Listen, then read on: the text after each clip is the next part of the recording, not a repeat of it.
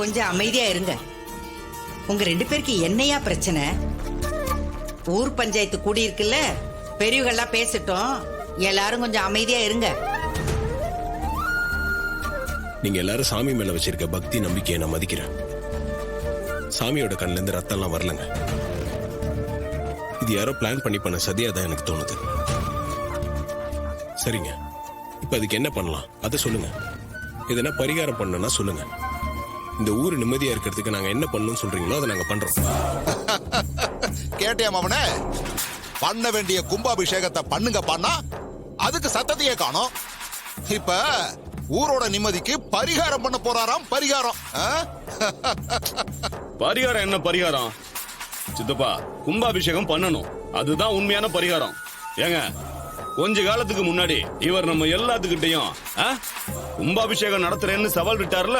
ஆனா இது வரைக்கும் அதை செஞ்சாரா? பிரிஞ்சு போன இவர் 2 குடும்பத்தையும் ஒண்ணு சேர்த்து கும்பாபிஷேகத்தை நடத்த முடியல.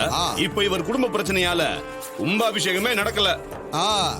அதனாலதான் அம்மன் கண்ணுல ரத்தம் வந்திருக்குன்னு நான் சொல்றேன்.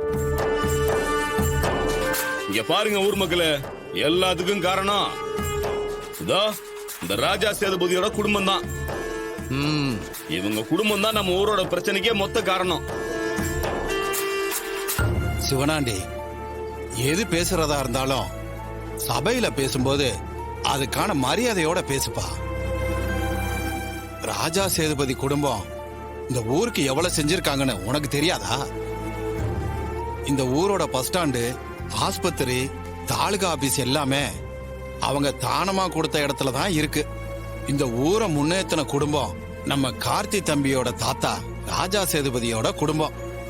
அவங்க குடும்ப பிரச்சனைய நாமெல்லாம் நம்ம பிரச்சனையா நினைக்கணும். அதான முறை. ஐயா, அதெல்லாம் வாஸ்தவம் தான், நான் இல்லன்னு சொல்லல.